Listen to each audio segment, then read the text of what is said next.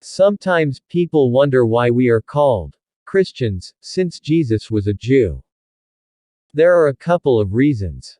One is that originally they were in fact a sect of Judaism until they were thrown out of the temple.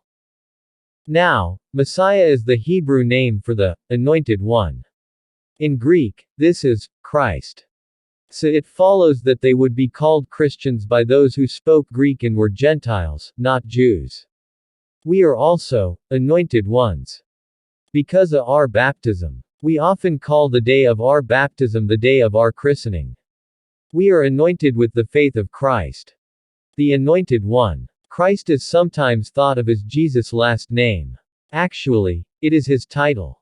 In Jesus' time, the last name usually referred to something descriptive, one's occupation, the place where a person came from, or his father's name. The people of his time would have called him Jesus bar Joseph, and Jesus the Nazarene. Remember, Joseph was called the carpenter. Names were considered to be very important. In many cultures, a person may have 4 or 5 names. The relatives may have some say in the naming. A person may have names that include blessing, merciful, gift or beautiful.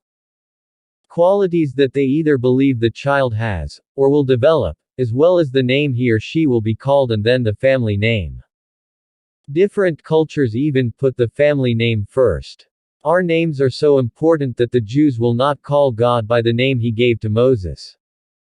This is why the Jewish leaders were so upset when Jesus called himself, I am.